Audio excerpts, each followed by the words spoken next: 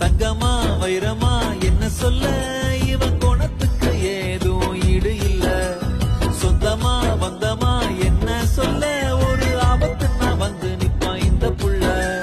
சத்தியமா நான் சொல்லுறேன்டா இவன் சத்தியமே தொத்து நிற்கும் நல்லவன்டா.